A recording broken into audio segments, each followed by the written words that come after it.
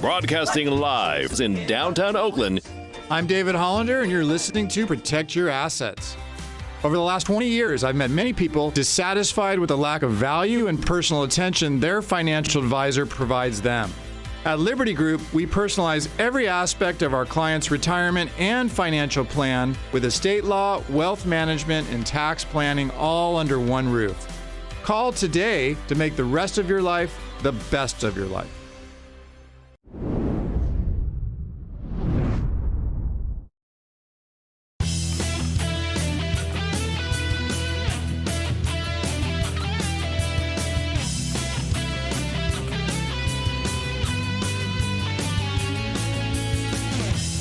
Tonight, the battle for the Real Racers Virtual Club, presented by Liberty Group, comes down to one round, 2 races, all taking place at Michelin Raceway Road, Atlanta to determine who wins this title. Good evening, my name is Justin Prince. Alongside the booth tonight is Taylor Burris with our producer Hugo Weiss, as you look to see how the title fight fares out tonight here on RaceSpot. 2 drivers have set themselves to the top of the table entering tonight.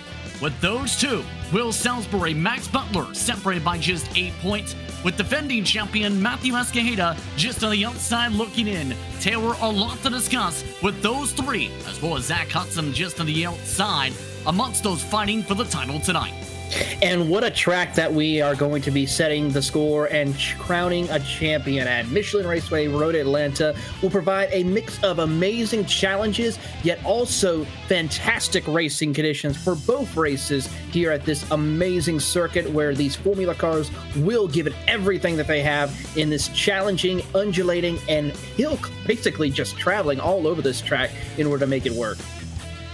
Of course, when it comes to this racetrack, conditions 104 degrees Fahrenheit, one of the hotter track temperatures of the season, 68 degrees Fahrenheit, facility 2.54 miles, 12 turns that opened in 1970 and is known for iconic racing and legendary memories.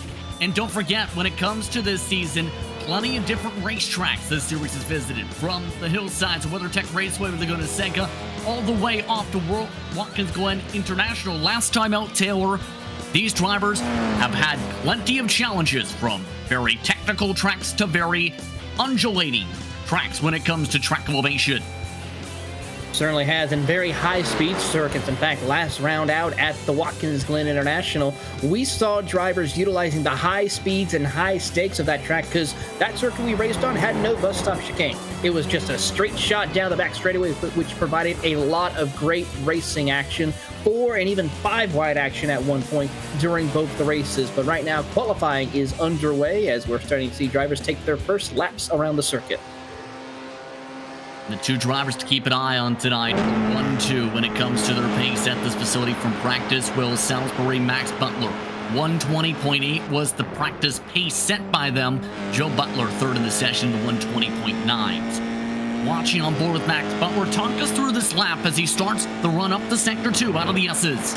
Yeah, coming out of the S's, this circuit right here, this corner, is a very difficult. As you see, struggling right there, hits over the curbs, loops it around, so not the kind of thing you need happening here at this circuit as he loses one of those wheels right there. But as we get on board with Will Salisbury, watch here as he tries to come through this second half of the course before getting on the long back straightaway. You have to hit your apex right on those 2 corners in turns 7 and 8. Otherwise, you will go off course in that final corner. Now, as you work your way down the back straightaway, you really got to be careful of watching out for the slingshot. This is a great opportunity for drivers behind you to draft up and set the pass up before heading into turns 10A and 10B. This is a great passing opportunity, but also a very tricky section as you head into turn 10A. Hug that curbing just a little bit before hitting the second curb, heading underneath the Fox Factory Bridge. As you hug that inside lane, this is where you have to be careful for the car to get a little bit light through here, but you can carry so much speed if you make sure you track out right and complete a lap around here, such as we see with Will Salisbury, who goes up to the top of the leaderboard. Salisbury continuing that qualifying pace we've seen throughout the campaign, coming into tonight 3 poles. That is a season high when it comes to the qualifying sessions for the 5 previous round dates. And that will make things especially difficult for drivers like Butler, but as well as Zach Hudson. We've seen him just at the very edge of the mathematical chance to battle for the title. But he'll have to get some solid points, Taylor, in race 1 of 2 of the night. He certainly has. In order for him really to have a shot of getting the championship, he would have to probably win race 1 as well as podium in race 2, and Salisbury, Butler, and SK Hayda would have to finish outside of that top 5 in order for him to have a shot at the championship. Keep in mind, Hudson has been a contender in a few of the races, 6 lead laps coming into tonight. Someone that's also showed some good pace and practice for tonight, and someone who came in the midpoint of the season, Andrew Sauter, looking for starts 7 and 8 out of a possible 12 to end off the season. Currently looking possibly to reel in Rick Sheldon for the top 7 in points. He's currently about 20 points back from that position, but with 6 starts, he has had some consistent runs this season. No top 5s yet at this point in the season, but he has, of course, finished 6 times in the top 10 in 6 of the starts he's made. So a very strong competitive run for him this season. Of course, when it comes to Sauter, his best run of the season came the last run at Watkins Glen in race 2 of 2 round. Sauter clipping a little bit of the grass, in fact, amongst those who have picked up several incident points this qualifying session. That total currently led by Adam Cosgrove and Dave Anderson. Second lap, complete a 1:22.1, bottom of the board for Sauter, not where the 4 wants to be.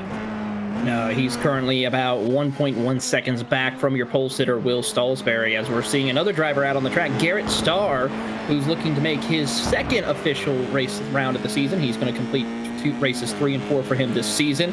As he comes through the middle of the corner, the final corner out of here, comes across the line with 1:22.49, so that will put him at the bottom of the leaderboard in P9, another 1.5 seconds back as he loops it around.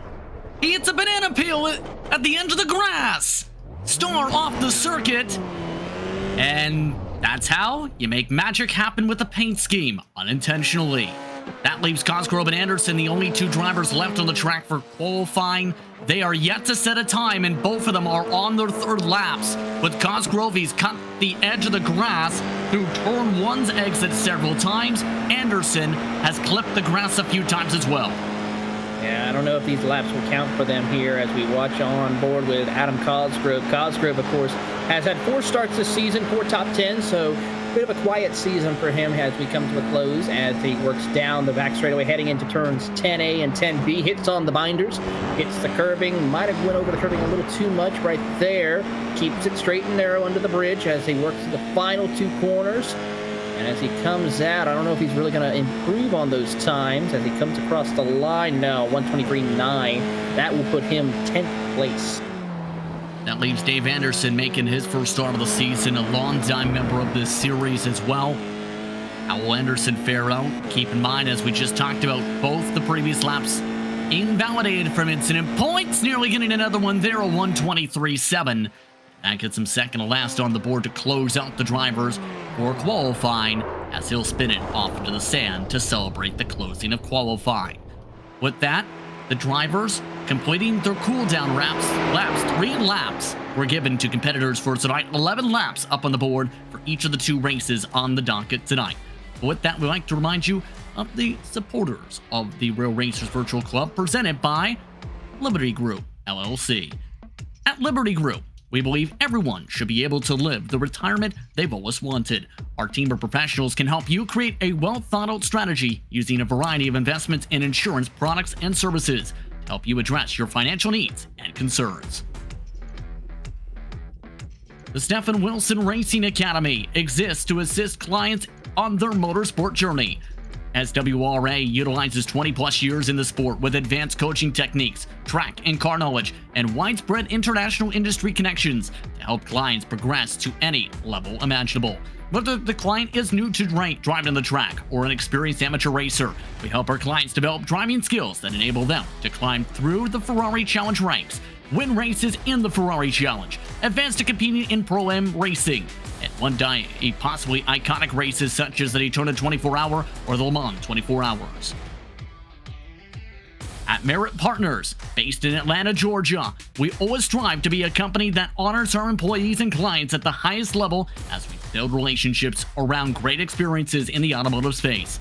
Focused on sports and exotic race and street cars, Merit Partners is your trusted advisor and source for curated cars. Come visit us. to buy, sell, and build long-lasting relationships around cars we love, Porsches, Ferraris, and supercars. Tonight's action in this series is also brought to you by Coforce.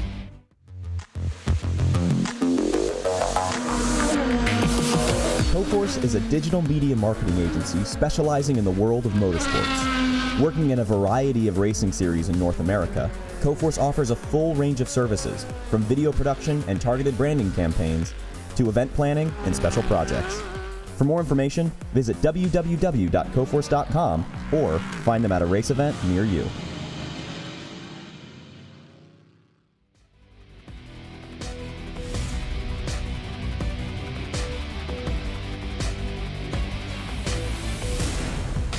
With that, drivers getting themselves all sorted as qualifying just about coming to a close in regards to time. 11 drivers setting time for race 1 of 2 of the night, Taylor.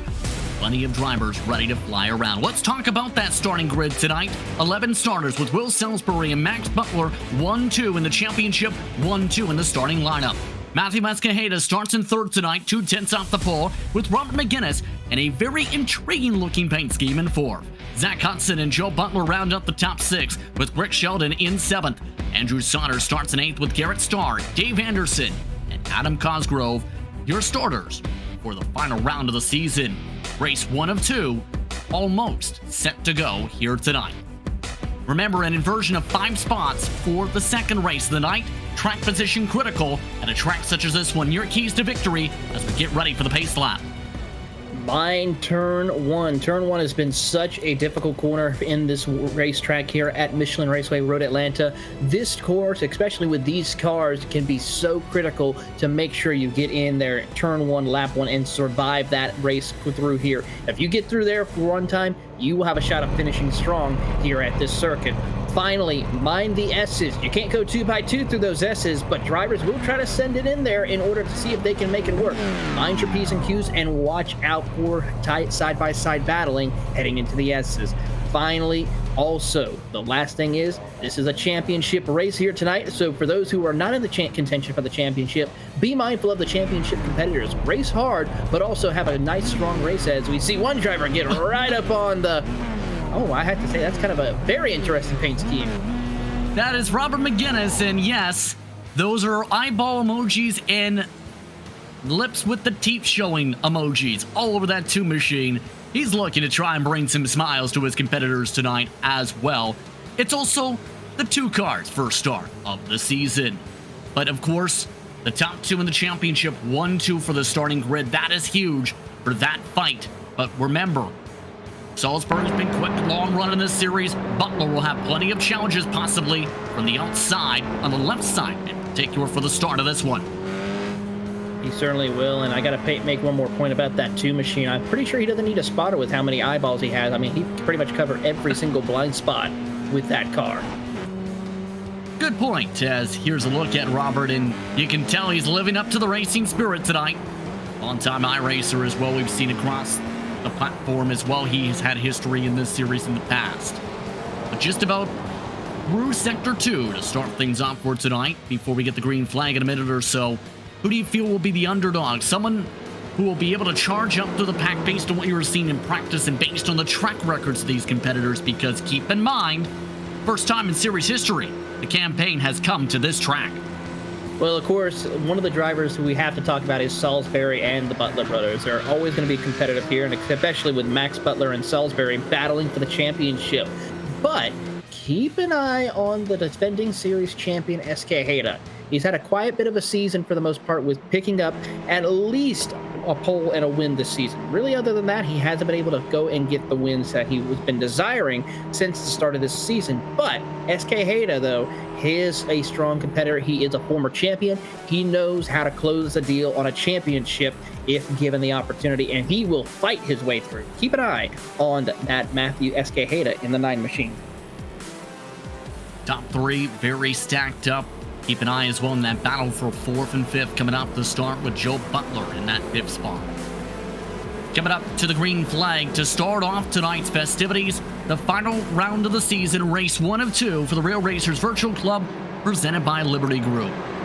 iRacing's virtual Michelin Raceway, Road Atlanta. iRacing pace car has already made its way to pit road. Field in the hands of Salisbury and Butler as they wait for the green. Green flag is out. We're underway for Michelin Raceway Road, Atlanta. And a good start for the top two. A better start for third, nearly as Escajeda ducked back in line. No major sends yet for the top five. Everybody's going to get single file through turn number one. Everyone so far will make it through. Now the interesting thing is, will McGinnis try to make the work to the inside, sends it in deep around Escajeda as they approach the top of the hill through the S's. Able to do it clean as well in an area you don't expect to see passing in. Very tightly through the S's. Coming off through turn 5, one of the danger spots. Escajeda amongst those, watching as they hit the curbs. No spins coming out of the corner though.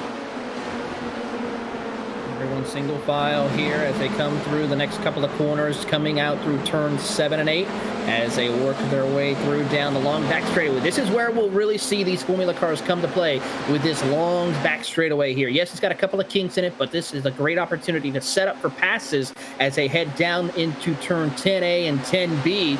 Butler not close enough to make anything work at this point in time, but he is still right there to capitalize on any mistakes, as maybe Sauter might be coming into pit this time by. He just notified everyone on the track that he is coming to pit road. Nothing must be going on with the Ford machine. Looking okay is Sauter's car, but no move from Sauter. Maybe a psycho move to say, I'm going to come into pit. No, I'm actually going to make a pass, especially if the contact possibly builds up here for 5th position. Inside, Hudson, outside, Butler. Butler drops back that spot. Great racing action between those two competitors as they approach the top of the hill, heading down through the S's, and now going to go single file through here as they work their way down to the bottom of the hill, heading up to turn number 5.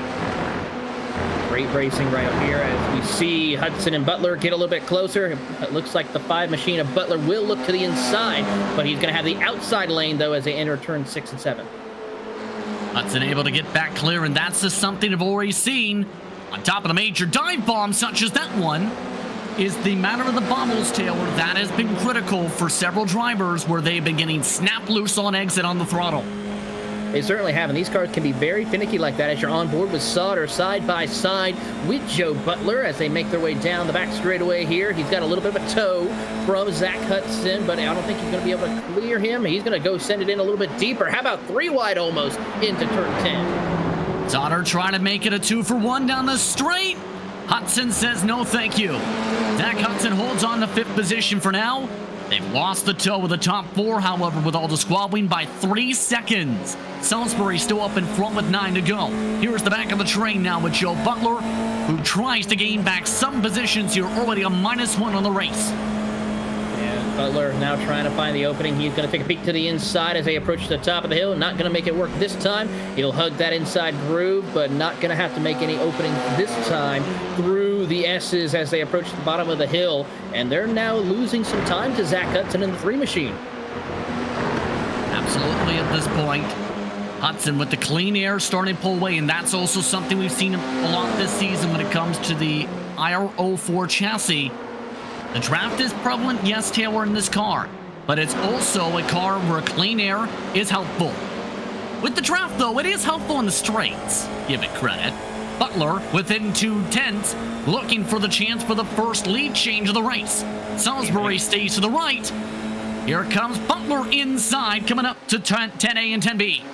Oh, this is going to be exciting as they head down in the braking zone. Butler clears Salisbury and completes the pass. Little bobble right there, though, for Butler. Could Salisbury capitalize on that mistake? He'll try to take a peek to the outside out of turn 11. Through turn 12, they'll go. Crossover possible.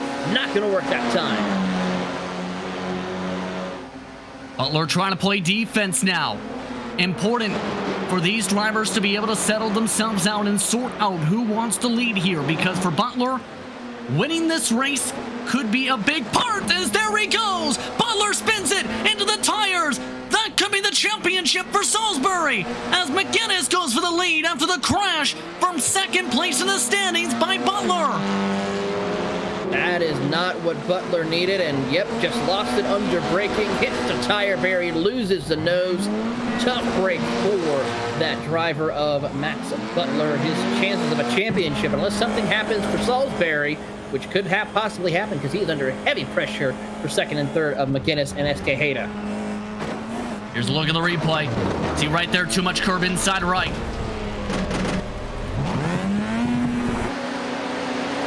And hard contact for Max Butler may take him out of this championship fight. The race lead is still on, though. McGinnis last time went for the bump draft after that spin. This time he goes for the lead in 10A and 10B. Move the eyeballs and the smiles up to the lead as here comes Escajeda. He actually stretched it out quite a bit that time coming out of turn 10A and 10B. Stretched out to about 0.3 of a second now. Escajeda gets on the attack now as they try to work their way back into turn 1. What a fight for the race lead. Of note, Max Butler with this significant damage is coming in to take one of the 2 faster pairs in this race. And Butler, as a result, to dead last with this faster pair having to be taken here under these conditions, approaching the halfway mark of the race. McGinnis looking to stretch it ahead and really bobbling against the curbs, nearly off in the grass again. McGinnis has got to be careful. He needs to be also trying to be aggressive to pull away, but he has also got to be careful not to lose control of the race car. We just saw that by Max Butler, over-aggressive on the curbing. That cost him a chance for the win and the championship here tonight. But as we see here, Salisbury realizing. Trouble for the battle for 7th, worth noting. Garrett Starr has just spun out, nearly spinning out with the Joe Butler. Battle for the race lead still up and on, with Salisbury looking for the slingshot. Bit of big picture racing, give them credit. No major defensive moves into 10A and 10B. In fact, right there, McGinnis giving the give and take there. I think that you realize, McGinnis, that you saw Salisbury give him that line heading into that turn 10A, 10B, so he decided to return the favor for Salisbury this time around. Here's a look at the replay. This is what was just referred to, and this is the danger of turn 5. Yeah, that turn 5 curbing is more dangerous than a banana peel on the racetrack, especially for, we saw there, for Garrett Starr, who's now dropped back to the 11th spot. The Salisbury in the race lead, one of the Go-Force back competitors. Experience on the media side. Then you have McGinnis trying to provide pressure. Driver that currently races in some competition with Carbon, with Peregrine Racing, with one start in 2022. Really trying to put on the fun spirit is the 2020 or the 22-year-old from the state of New York. He really certainly is, and putting on a beautiful drive right now as he's riding on board with Robert McGinnis down the back straightaway. He's going to get right up on the gearbox of Salisbury, and I don't know what's more frightening, the eyes or the lips that are now coming up to the back bumper of Salisbury as they work their way side by side into the braking zone, as we see Escajeda just watching and waiting, open a bag of popcorn and enjoy the show as he sends it into turn 10. What is going through the mind of Escajeda, do you think? Because he's not getting close enough to send it yet, but he is there in case things boil over. When is the time to go? Well, right now, he needs to be a little bit closer if he wants to try to get around Will Salisbury. But right now, he needs to also just be mindful of where he's at and wait until the opportune time, which could be here in the next couple of laps, because we're already past the halfway point of tonight's race. Just past that point, in fact, in this one. Top 3 separated at the moment by half a second. Zach Hudson in 4th has a cushion of 7 seconds. And it's losing ground. Big checkup for Salisbury. Big bubble for Salisbury. Escajeda bubbles it again. Can't make up the ground as a result. Yeah, you cannot make a mistake in order to try to capitalize on the mistakes of others here in these cars, because you will pay for it just as badly as the driver who made the mistake in front of you. You have to be precise with these cars in order to make it work. He's still got the toe of the draft to help him, but he can't always rely on that toe. He's got to get a little bit closer. Here comes the look now. Salisbury on the back wing. Escajeda staying within half a second or so of these two, and now the patience game is coming in. No move from Salisbury. Now it might be coming down to how does the 2 car defend coming into 2, if not the final lap in this one. We're going to have to find out here as the laps continue to wind down. They're coming on lap 8 of 11 here as they work across the front straightaway, heading back into turn 1. There you see, not too far behind, Zach Hudson in the picture. He's there in case any of these 3 drivers get together. As we see Salisbury look around, try to find the opening. He wants to get around back around McGinnis for the race lead. Can't find that opening just yet. That patience game really coming in, but you're right in terms of the Zach Hudson scenario. If no one's allowed to make moves and someone's holding each other up here, in this case, with the patience game, Hudson, if he can execute, might be able to reel them in. He was 2/10 quicker than Escajeda last time by, but is losing ground this lap to this top 3 group as a result of the curbing.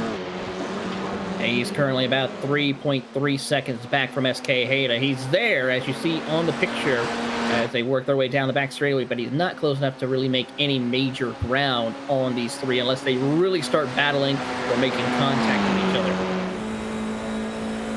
See right here in particular, a good picture of the patience from Salisbury. Lost a bit of ground down the straight, getting up to about 7,700, if not 6,700 on the RPMs for the shift up there. You see that on the digital dash in this iRacing 4. I gotta say, these iRacing Formula 4 cars that we have on the service are phenomenal cars. They're great beginner racing cars for those who want to get into the open wheel racing. There's a lot, especially here in the States, there is a lot of great Formula 4 series that drivers can utilize this to hone their skills to make their way up through the ranks, whether they want to go into IndyCar or Formula 1. But these cars here are phenomenal to drive on the service as well in real life. And I gotta say, seeing these cars compete with the scenery, if you're going to the SCCA race at Road America, they're phenomenal cars to drive. They are phenomenal. What we've seen for the iRacing 4 with the shows they can put on and the racing they put on and the strategies they put on. But right there, the O coming in with Salisbury, nearly hitting the wall. Salisbury misses the bottom this time, coming to the corner. Here comes the chance for Escajeda to try and play leapfrog. Salisbury has lost 6/10 this lap, coming to 2 to go. Yeah, he cannot have this happen to him. He does have the buffer because of how Max Butler is going to be finishing outside the top 5, but he wants to try to stay in the podium position here. Here comes Escajeda, down, going to take the outside as they enter into turn 10. Will he have the opening? Nope, he decides to back off, make it through the corners, single file once again. Escajeda not able to make that work. Salisbury gained time from that send up from the inside of the defend, but with 2 to go, McGinnis looking to say bye-bye and check out, leading by 6/10 with about 4.5, make it near miles to go. McGinnis just needs to keep patient and work his way through, and as we know, there will be an invert, so he will be starting towards the back half of the field once we get going here later on for race number 2. And if I remember correctly, Dave Anderson would be your provisional course for race number 2. Yeah, quiet run for Anderson, or rather Sheldon, who is inside the top 5. Remember, it's a 5-car invert. For tonight, the 63 is 16 seconds back of the race leaders. But Salisbury is really dialing it in, closing it up. Hear the sound of the grass being clipped. Here comes snake time for the top 2, coming up to the white flag. They're just weaving, trying to break the draft, trying to stay in the draft. Salisbury decides to think better of it and just run his line here to set up for turn 10. He gets a big run down into the braking zone. Is he going to take the outside? Nope, thinks better of it. Decides to be smart, cool, and collective. Follows suit through the final couple of corners here as we're getting ready for the white flag one more time around. Final time around for Michelin Race Road Atlanta for the first of the 2 races to round out the season for the Real Racers Virtual Club, presented by Liberty Group. Salisbury taking a peek. McGinnis defends for now. Escajeda waits in the wings as Salisbury tries to get clean air on the front wing, entering Sector 2. What a drive indeed, as Escajeda watches on as they work their way down through the S's for the final time here in race number 1. Down up to the top of the hill they'll go. Can they keep it clean? Can they get through without no problems? Yes, they will this time down the short chute, heading into the final couple of corners.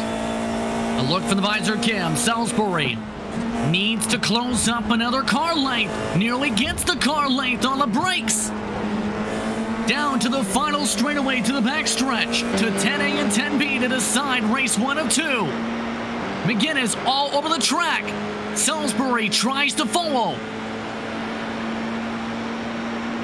Back and forth still with McGinnis now to the right, back to the left. Salisbury goes to the right to pick it up. Tries to pinch McGinnis to the inside. Salisbury from the right. The send from McGinnis makes it stick on the brakes. Robert McGinnis defends to hold on to win race 1 of 2. For the Real Racers Virtual Club presented by Liberty Group at Road Atlanta. What a drive by Robert McGinnis to come home, and pretty much his first start of the season as we have a couple of more cars battling for position. This is Rick Sheldon trying to hold off Andrew Sauter for that provisional pole spot. The Blue Angel itself will make it through the final corner and come home in P5. He will start on the pole as we see our championship competitor Max Butler, who will probably no longer be a championship competitor, works his way through in P8. Heartbreak for Butler as he did pick up a spot from Anderson this final lap. Have to see how things are looking at the points after this one. But all 11 finishers just about wrapping things up. The last of those Cosgrove and Star. Cosgrove in 10th, Star 11th. See those cars make their way across the stripe here at Michelin Raceway Road Atlanta. Warm up just moments away. Here's a look at the race results. McGinnis coming away with a victory by 3/10 in a throwing battle with Salisbury for the top spot for the first race of the night. Escajeda finishes in third with Zach Hudson and Rick Sheldon rounding out the inversion spots. Sauter, Joe and Max Butler, Dave Anderson and Adam Cosgrove round out the top 10 with Garrett Starr in 11th. Fastest lap, Will Salisbury critically there, Taylor. Lap 10, a 120.696 to get himself possible points right there. A huge fast lap. Yeah, a very huge lap there and lap number 10, but we still got a little bit of work to do. Escajeda finished not too far behind him, so it's going to be a very tight for the points between Escajeda and Salisbury, but I think pretty much it's whoever finishes ahead of the other will guarantee who is your champion here tonight. Lots to talk about as the drivers get themselves sorted for the warm-up session after the first of the 2 races here in. I'd like to take the time to remind you of tonight's presenting sponsors once more for the Real Racers Virtual Club presented by Liberty Group. Liberty Group, LLC. At Liberty Group, LLC, we believe everyone should be able to live the retirement they've always wanted. Our team of professionals can help you create a well-thought-out strategy using a variety of investments in insurance, products, and services to help you address your financial needs and concerns. Tonight is also presented by the Stephen Wilson Racing Academy, existing to assist clients on their motorsport journey. SWRA utilizes 20-plus years in the sport with advanced coaching techniques, track and car knowledge, and widespread international industry connections to help clients progress to any level imaginable. Whether the client is new to driving on the track or experienced amateur racer, we help our clients develop the driving skills that enable them to climb through the Ferrari Challenge ranks, win races in Ferrari Challenge, advance to compete in Pro-Am racing, and one day possibly iconic races such as the Daytona 24-hour or the Le Mans 24 Hours. Stephen Wilson, founder of the SWRA, is a current NTT IndyCar driver. And by at Merit Partners. Merit Partners specifically. Merit Partners, based in Atlanta, Georgia. We always strive to be a company that honors our employees and clients at the highest level as we build relationships around great experiences in the automotive space, focused on sports and exotic race and street cars. Merit Partners is your trusted advisor and source for curated cars. Come visit us to buy, sell, and build long-lasting relationships around cars we love, Porsches, Ferraris, and supercars. Tonight is also presented by Coforce.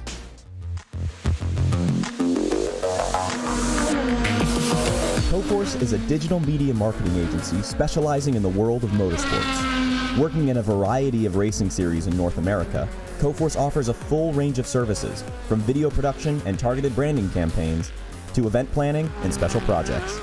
For more information, visit www.coforce.com or find them at a race event near you.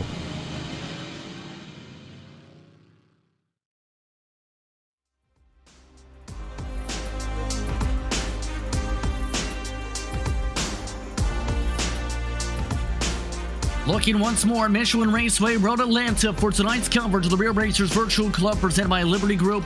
As drivers are currently in the midst of final warm-ups for the final time this season, Taylor, Will Salisbury picking up a big podium run last race earlier, just moments ago. McGinnis, the driver you're looking at now, picking up the W, gets the reward of starting 5th in race 2 of the night.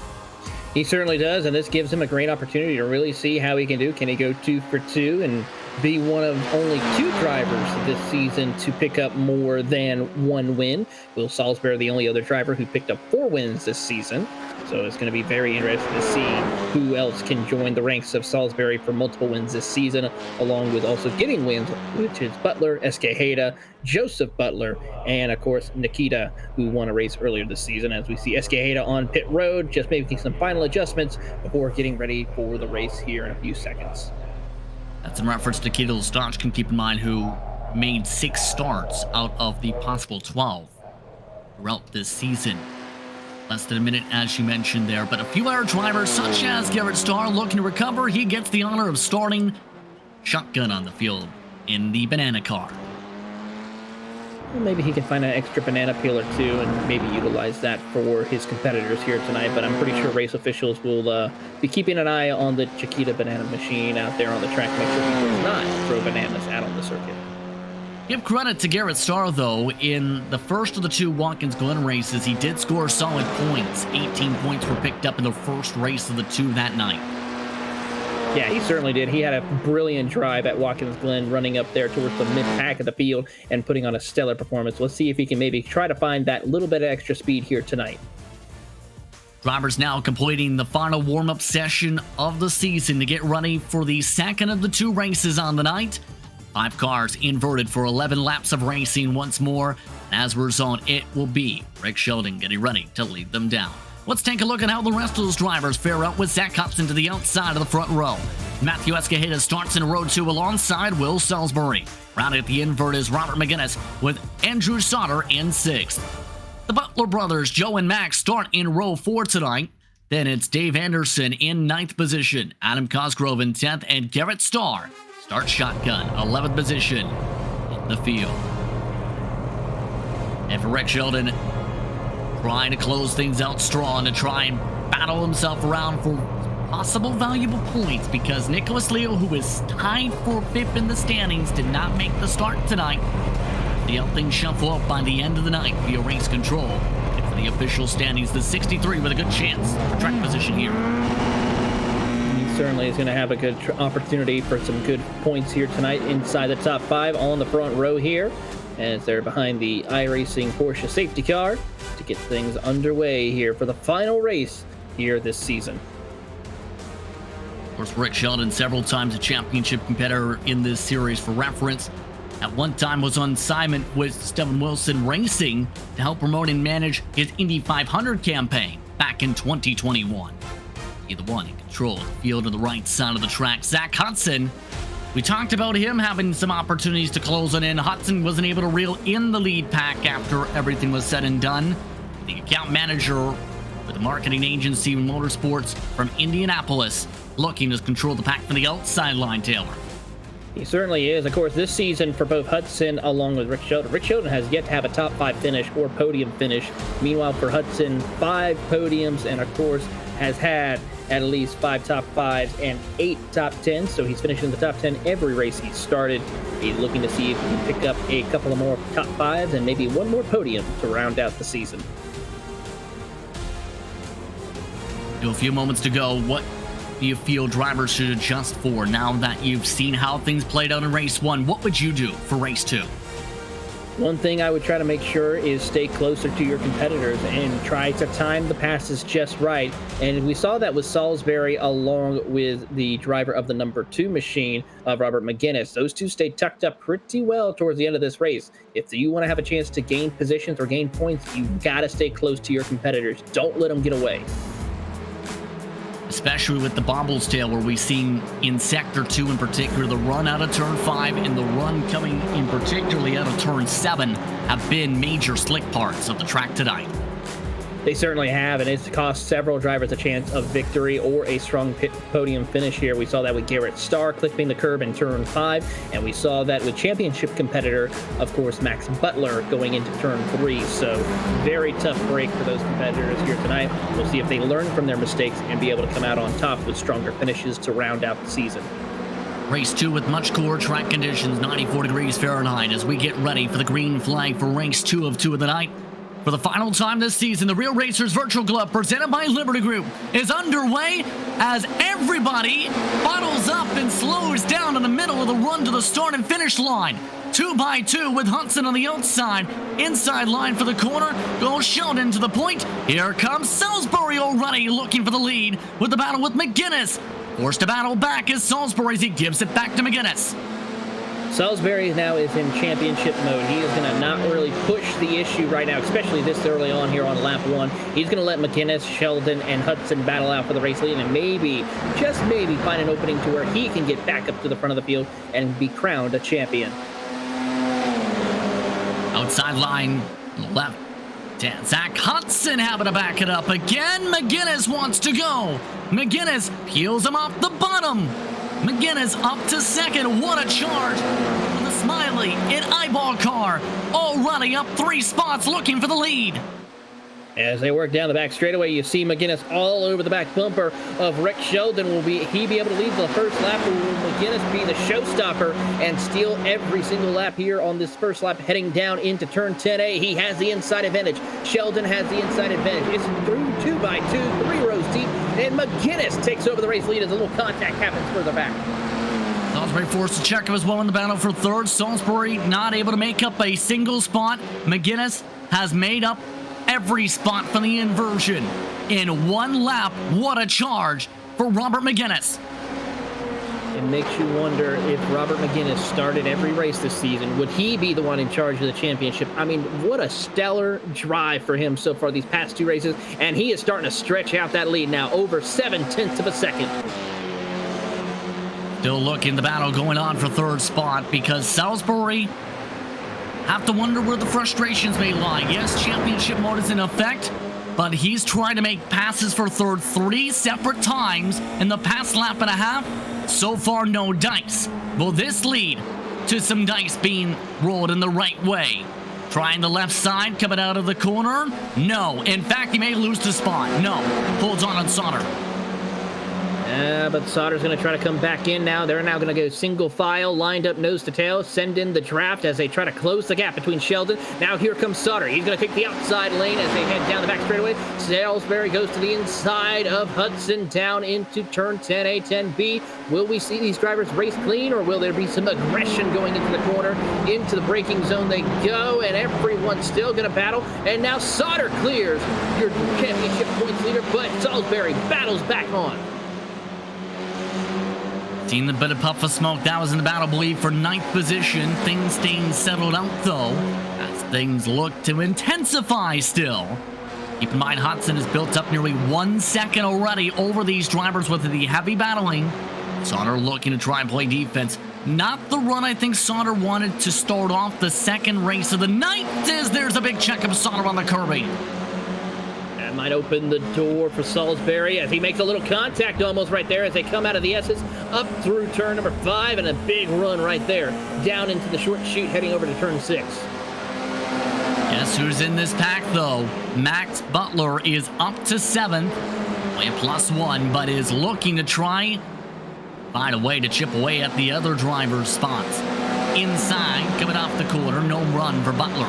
Run for Salisbury, trying to run away with Sauter now. Been trying to bump draft a couple times. No bump draft this time. The draft right there, Taylor. Now Salisbury for the first time may get a chance to breathe if he can complete the pass. He's going to have to try to send it in a little bit deeper this time in order to get around Sauter as he sends it in, completes the pass on Sauter. That now gives him at least a 2-car gap over his championship competitor, Max Butler, but Sauter powers back through on the corner. Can't really find that opening he needs, but he will battle with Salisbury as they come out of the final corner.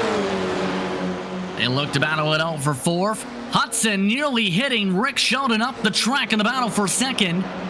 No contact in either grouping, though, as here's the look of the battle for 2nd. Hudson tried to send it to the right, Taylor, into turn 1, nearly speared the side pod of Rick Sheldon.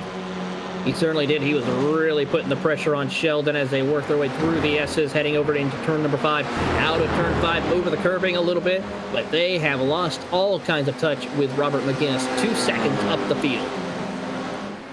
What can I say when you have the railroad experience, especially in Indy Lights competition like McGinnis? It seems to translate very well in sim racing, as long as you're comfortable. But second, I don't think we'll be comfortable here, Taylor, with how they're shaping out. No, second place does not look comfortable for Rick Sheldon as he tries to hold off Zach Hudson. He will look to the inside into the braking zone. They will make their way down the hill as they come through turn number 9. And now, who will be able to be the braver of the two? Hit the braking mark into the inside of the corner. We see Zach Hudson move up to P2. Does he overshoot it? No, he keeps it right there on the mark. Goes a little wide, opens the door. Oh! Sheldon, contact! Around it, Sheldon goes. Sheldon tried to go inside out of 10B, doesn't make it work to turn 11. Rick Sheldon out of contention, significant damage. Andrew Sauter in the vicinity of all that, also picking up a course cut penalty. What an incident for the battle for second, as Garrett Stallers also crashed. And Robert McGinnis is grinning from ear to ear as he is now all by his lonesome, 3.2 seconds up over Zach Hudson and Will Salisbury. But take a look at this. We see Sheldon send it into the inside, and Hudson just goes in to try to get on his racing line. Didn't realize that we see Sheldon right there, and around Sheldon goes. Look at this, building up around Sauter, though, after the time penalty, having to give up some time. Escajeda looking to take advantage does. Joe Butler looking to take advantage as well. Now the question is, Salisbury's in third, Max Butler is in 4th position. So this changes a lot of things here, but Salisbury along with Hudson are battling for that second spot, which is going to change things up a little bit in the point standings. And we'll give word once we know the official champion declared for tonight's competition later on this evening. Zach Hudson still trying to hold on, but now it's a more difficult task. Salisbury looking to dive it right, gets underneath the 3. Will Salisbury given space. Salisbury 4 seconds back of McGinnis halfway through. Halfway home here tonight as they work their way through, halfway to the end of the championship here tonight. It's working through the S's. We see Salisbury holding his line through, keeping a great drive. Zach Hudson now losing a little bit of touch to Salisbury as they approach turn number 5, hits his mark a little over the curbing. Watch it right there, Salisbury, as they work down the short chute, heading over to turn 6 and 7. Salisbury with the cleaner space, looking to run away in that air. Keep in mind, Max Butler is leading that second major pack with Escajeda, Sauter, and Butler still, for reference. But what a season it's been, you have to give credit to Salisbury, because he started off red hot with back-to-back victories in California. But for several weeks was boom or bust. Yes, he had 6 top 5s entering tonight, Taylor. But in a lot of those races, he had to come back from a faster pair. Brazil is the best example, where he crashed in the first race, nearly made up all the spots, got a good spot for the inversion, and won the second race, and that started off the stretch where he won 3 of the past 5 races entering tonight. It certainly did, but he's got to be careful with that because any mistake could cost him a chance at the victory. 8 points is not a whole lot of wiggle room. He has got to be so careful to see how he places. He's already off on a good start with finishing on the podium for race 1. He's got to do it again in order to prevent Max Butler from winning this championship. Keep in mind, Butler with his troubles in the first race, a big part of how this could equate later on tonight as a bit of a checkup from Salisbury. Hudson trying to set it up, can't figure it out yet. Coming up to 4 to go this time. On board with Hudson now as he's trying to find his way back around Salisbury. Can't seem to find that opening he needs as they enter into turn number 7. But as he gets the momentum off of the 7, heading into turn 8 and 9, he's going to get right on the back bumper, or actually I would say into the back of the car, to try to see if he can get a pull and heading into turn 10.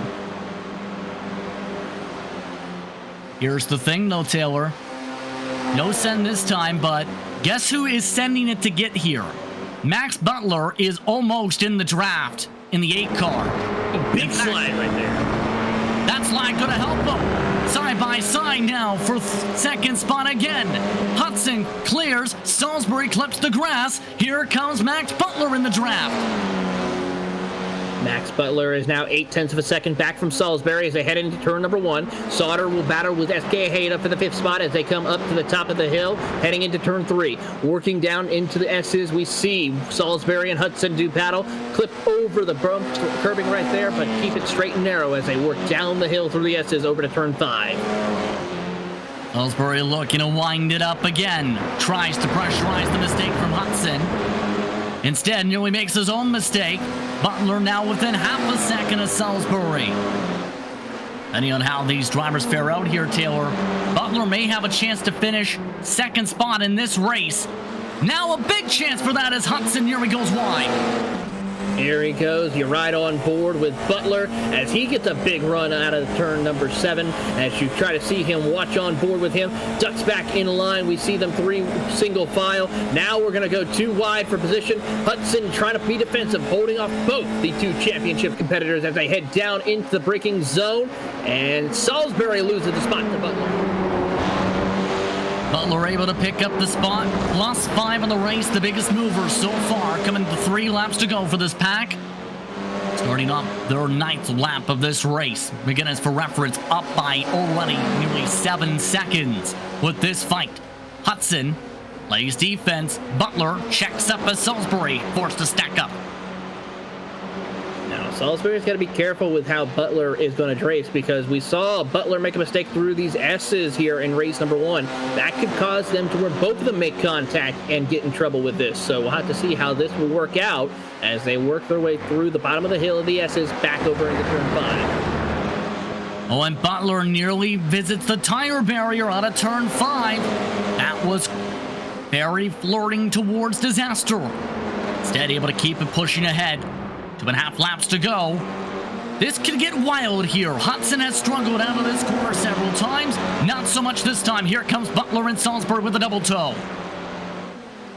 Here they come down the back straightaway as they work their way through. Now the weaving games will begin for Zach Hudson as he holds up Butler. Butler stays tucked up. Now he'll dive to the inside. He shows his nose side by side. Battle for second as they enter into the braking zone. Here they go. Will Butler hold on? Not quite yet as Hudson tries to do on. Here comes Salisbury with a head of steam. What a run for Salisbury up the left side. 2 to go. Hudson dropped back to 4th. Salisbury trying to reel back in. Butler to finish ahead of him to try and celebrate a title run in style. It's going to be a lot of work for Max Butler. He's about 7 seconds back from Robert McGinnis, so unless McGinnis makes a mistake, which is doubtful, he has really no shot of the championship right here as they work their way down through the bottom of the hill of the S's as Salisbury puts the pressure on Butler in order to get that second spot away out of turn number 5. Through the short chute, they go over to turn 6. Salisbury, keep in mind, has already indicated with how this run has played out. He's willing to wait until the last lap with how things have played out. He lost the first race of the night on the last lap, with McGinnis able to outpower him while playing defense in the 10A and 10B. How does that factor for Salisbury? Here he goes. The draft to the left, going to the left, all the way to the grass. Butler gives him the space. Salisbury peels him off the bottom. Gets the preferred line for 10A. Tries to go for the later arc. Clear is Salisbury coming to the white. Here they come underneath the Fox Factory Bridge, and we see Hudson try to send it in one more time around. This is going to get exciting. Crossover move possible. Little contact as we see Salisbury go nearly off track. More defense played by Butler. He tries to set things up to battle with Salisbury instead. Hudson not able to make the move. 8 seconds the gap between Salisbury and McGinnis. Salisbury looking to run away as Butler bobbles around the circuit for the final time. What a drive indeed between these competitors all season long for Salisbury. He is closing in on a championship. Butler realizing that mistake cost him the championship as they work down and through the short chute over to turn 6. One more chance for Butler to try and make a pass to try and outscore Salisbury one last time in the points to see how things fare after the night. Not close enough yet to try and make a move. 4 car lengths the difference. All wow at the end of the straightaway with the snake building up at one end. McGinnis at the other is looking to try and celebrate a sweep. A rare sweep for this season for just the second time. Checker flag waving, no send for the battle for second. Salisbury holds on. McGinnis takes the checker flag, gets the first season sweep in a round since the opener. Meanwhile, in the battle for second, one more look for Butler. Salisbury holds on. Salisbury holds off Butler to round out the podium and possibly win the title.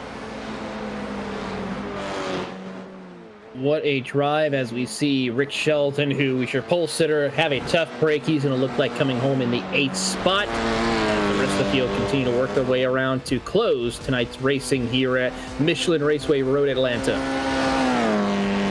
Rick Shelton amongst those closing out the lead lap finishers. Dave Anderson had an incident on the last lap. Not going to finish on the lead lap as a result. Adam Cosgrove, the last finisher. But the 2 car of Robert McGinnis puts on a sweep. For the 3rd time this season, back-to-back victories in a round, but for Will Salisbury, he becomes a champion. He outscores Butler in both races tonight to pick up the title for the Real Racers Virtual Club presented by Liberty Group. What a drive for Salisbury as he gets congratulatory waves from the drivers out there on the track, and he will celebrate this championship. 4 victories on the campaign for Salisbury, as well as 8 podiums, 8 top 5s, and 10 top 10s, as McGinnis celebrates a round sweep. First time anyone's done that this season since Salisbury did so to start the year. Salisbury finishes second in both races. Max Butler recovers from a crash in race 1 to finish on the podium in race 2. Hudson and Escahade to the top 5 with Joe Butler, Andrew Sonner, Rick Sheldon, the top 8. Cosgrove, Anderson, the top 10. Rounding out the entrants tonight, Garrett Starr, 6 laps down, had a crash around the midway point of race 2. And Salisbury's celebration is underway. What a campaign for the 7. The Co-Force driver picks up the title. Lots to talk about after this one, and lots to discuss with our driver standing on by Taylor. What a finish to the season. It certainly is, and it's going to be exciting to see what they have in store for next season. But we have some great interviews lined up here tonight. Those drivers get together. Those drivers getting sorted together. The first of those looking to celebrate a title. It is Will Salisbury who picks up the points over Butler in both races tonight. Will, unofficially, you're a champion out of the field. Oh, thank you. It's been a long time coming for this. You know, we've had some ups and downs in this season so far, but just so stoked to be able to come out on top in the first season of Real Racers Virtual Club. Pick up the championship. Just feels amazing. Talk about the emotions tonight throughout the night, because things were looking very intense. Butler needed to finish in front of you, Max Butler, to be able to keep things up for the second race of the night, and then the S's happened. Yeah, I mean, I just had a totally different mindset going into tonight of just trying to take it easy. You know, we've had so many incidents, especially in the second race over the past, couple races, that I just tried my best to, keep the car under me and make these guys make mistakes. And that's exactly what happened. I wasn't going to fight Max early on. We had a lot of race to go, and it was looking like it was going to be a 3-car battle there, which was going to be really cool to see how that would shape up. But I wasn't really pushing him too hard and just seeing if he would make a mistake. And that turn 2 has just been an issue all night to pretty much everyone. So, it caught Max out there, and I feel terrible for him because I know that was his championship hope right there out the window. But, that's all part of racing. You got to deal with those types of situations, and, you just got to, scale back your driving a little bit. But, which is exactly what I did tonight. I was Man, I was giving everyone as much space as they needed, which is more than I've ever done, to try and just make sure I was getting enough points to come home with the championship. So hats off for Rob McGinnis for jumping in and winning both races. I know he had nothing to lose, so he was going to go flat out. So that's pretty cool to see a back-to-back win for tonight. But I'll take second place and in the top prize. Indeed, and with this title, of course, a lot to celebrate for in turn. What do you think the reaction is, or what has that reaction been from your team to pick up this W? Of course, you have some racing experience in the real world, believe, with the go-kart side. Yeah, I mean, it means a lot to be racing against these guys. I know Max was saying last week he was going to try and tire me out this weekend and make sure that I was not on my A game. But, joke's on him. I think I showed up with the A+ of just being consistent and, doing my best. But, yeah, it means a lot to race against these guys. I'm thankful for, Rick and everyone that puts on the league. And it's a fun time to come out here and race with guys that all have some good experience, and you get some pro drivers in here as well, like Rob McGinnis showing up is always cool. And it translates over into the real world when I go kart racing or whatever you do in the real world. These skills always apply to that. Just little things that you can pick up, whether it's being consistent in your braking zones or your throttle application or whatever it may be. There's a lot of things from the sim that transfer over to the real world. So even just playing that mental chess of what you're supposed to do in certain situations is a big help on this platform for guys to come in and be able to learn. So it's fun to race against these guys. I know everyone goes flat out every race, and it's fun that everyone also gives each other some respect for the most part, and we're able to put on a good show for you guys. So it feels good to be a championship. Finally got one in the books, so we'll carry this into the next season and try and go from there. With that, Will, congratulations once again on the title run. An incredible one, to say the very least. 4 victories on the trot, as well as 8 podiums, 8 top 5s, 10 top 10s in 12 starts, 10 starts. Congrats. Thank you. I'm going to need to pop open a bottle of champagne here and spray it all over my apartment. I think that's the only way to properly celebrate. Well, have fun spraying down the apartment with the champagne. Keep things cordial and celebratory on that mark. Once again, Will Salisbury picking up the title. Second spot in that title race, in turn, went the direction of one Max Butler. Max Butler is with Taylor. Here with Max Butler, who unfortunately will come home second in the championship. Max, walk us through what happened in race 1 for you. Well, sometimes that just happens to you. I caught that curb on the inside, and unfortunately I didn't expect it to bottom out so hard. I hadn't really experienced that yet in practice, so just caught me out, and I think by that point I was just trying to salvage as much as I could. So I'm really happy to maintain second, obviously with Matthew Escajeda kind of really close behind me in the championship, about the same gap that I had to Will. It was good that I got a chance to maintain that, especially through the second race, kind of moving up through the field. So unfortunate, but I think we learned a lot at this season with this car and all the track selections and everything. And I'm feeling really confident that the further seasons to come, it's going to be some really close racing. And I think I'm going to take it to Will next season. So you have my word there. Walk us through how you felt overall about this season, competing with these Formula 4 cars, as well as just competing against someone such as we saw with Salisbury. Well, the iRacing platform did such a great job on these cars. Immediately right out the box, everybody got to grips with this car very well, and it just had so much grip, and you could really throw the car in much more and make it stick. And I felt like it closed up the field in all the right ways while also limiting the amount of big mistakes that some of the drivers that were making. And, with our field being so diverse and, age, talent, with a lot of drivers being in here, professional race car drivers, I think that's really important to have a car that can kind of close up the field and allow everybody to push and stay relevant in each race. So the entire season was good. There was plenty of highlights per race, and I think that's only looking up to come. I think if it's my vote, we stay to this car and maybe add a few more fun tracks in there to kind of shake it up a little bit. But to answer the question about competing with somebody like Will Salisbury, the guy is a monster on track. I was thinking before this race that, there was not much of a chance because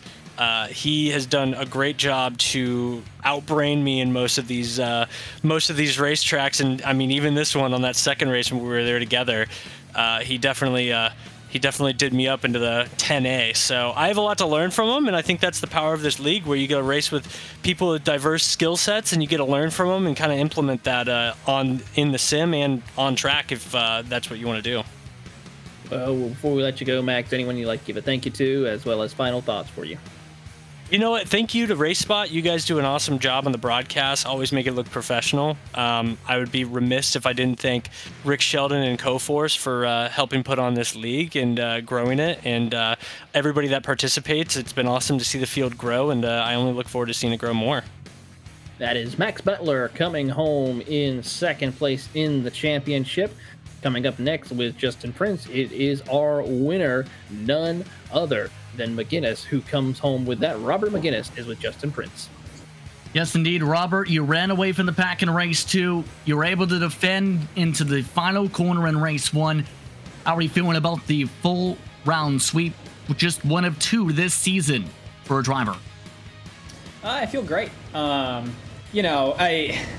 I was a little, I wish Will had pushed harder in the first race. He obviously had a championship he had to defend.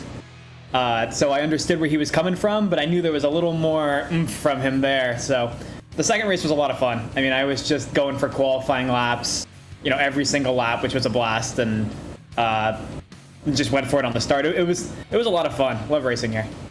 Of course, a lot of experience when it comes to the real world side of things too. What brought you in for tonight in turn to be able to close out the season in the pace you did, to be able to pull off and away in that very intriguing looking car? Yeah, that car was crazy looking. I forgot that I had that livery on until I showed up. But I'd say, it's been a while since I've done one of these races and I didn't have anything going on. I felt like I wanted to, show up and show everyone what I've got. And, with Wade not being able to make it, I felt like, we had to have some New York representation in this thing. Indeed. And just out of curiosity to pull a bow in the paint scheme, how did you come about the eyeballs and smiley car? You're just up late, it's 2 a.m., you're eating some snacks, and you're going through trading paints, and you find something ridiculous, and you throw it on there. You show up for an official race, and all of a sudden you realize you look like an idiot. So there it is. Well then, Robert McGinnis with the full round sweep tonight. Congratulations. Thank you very much. That's Robert McGinnis picking up the sweep for tonight in this round for racing. Escajeda now standing by with Taylor Burris. Here with none other, our other finisher in the championship. Escajeda is now joining us, Matt Escajeda. Matt, talk to us about how you felt this season went for you after coming close to having a shot of a championship run. I think this season I did gain a lot of confidence in racing side by side with people and in traffic in general. So it's kind of a nice confidence boosting season. And this car is very raceable. It kind of keeps the packs a little close together, which is fun, and it's good and bad, I guess, at some tracks, but it's a lot of fun. And I'm not sure where I finished, second or third, but in the championship, but it was a lot of fun. Well, before we let you go and celebrate this season for you, anyone you would like to give a shout out to or a thank you to? I'd like to give a thanks to Rick Sheldon for putting all this on. He's been pretty awesome and he's just been awesome. And very helpful. Certainly, I have to agree with you on that. Good luck to you next season as we look forward to seeing what you can accomplish on this next season. Matt Escajeda coming home third in the championship, as we now go to Zach Hudson, who comes home inside with a strong performance this season as he's with Justin Prince. Top 3 to close out the night, or in the midst of that, should say. Zach, talk us through that fight to close out race 2. Oh man, it was a tough battle there with Will, and then Max showed up there in the closing laps as well. But so I tried to hold on to a P2.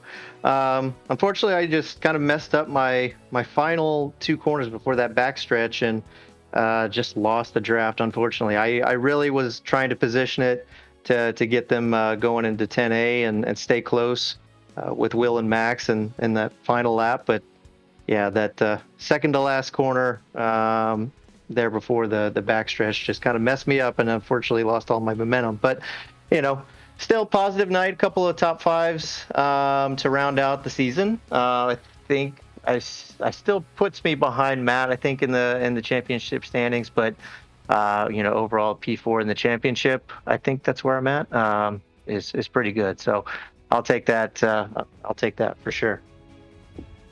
That would put you as the highest finishing driver who had not picked up a victory. And how would you describe that effort throughout the campaign? The 10 starts throughout the season, with tonight basically tied or in that conversation with the tie nearly for second in podiums for the season. Oh man, well, yeah, I hate that that's the stat that I'm under. The most podiums without a victory.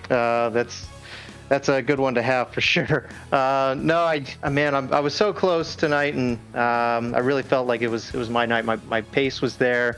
I've even dropped down to 120s, 0.8s there at some point on my own, and so I knew the pace was there. So I really thought I could fight for it, maybe squeak out a victory tonight, but just wasn't in the cards. But next season, I'm going to come back stronger, get that stat off my back, and actually get a victory. On that note, thank you very much once again for the time, Zach. Congratulations on tonight's runs. Awesome. Thank you guys so much. That's Zach Hudson rounding out tonight's post-race interviews. I'd like to thank him, Matthew Escajeda, Max Butler, as well as your race winner tonight, and Robert McGinnis, as well as your champion once more, in Will Salisbury, for taking the time to speak with us. Taylor, real quickly, the final thoughts for the final round of the season. This series is by far an exciting series to watch. A lot of great racing action. The iRacing Formula 4 cars that we have on here are absolutely astounding to drive for this series. Looking forward to seeing what the future holds for this series. And I gotta say, it was a pleasure to call the last couple of races this season with you. It's been very fun to see how things have played out throughout this campaign, but it's time to say goodbye. For my co-announcer and Taylor Burris, for producer Hugo Louise, I'm Justin Prince saying so long. Enjoy the rest of your evening. Congratulations to your champion for the Real Racers Virtual Club presented by Liberty Group, Will Salisbury, for taking the title here at Michelin Raceway, Road Atlanta.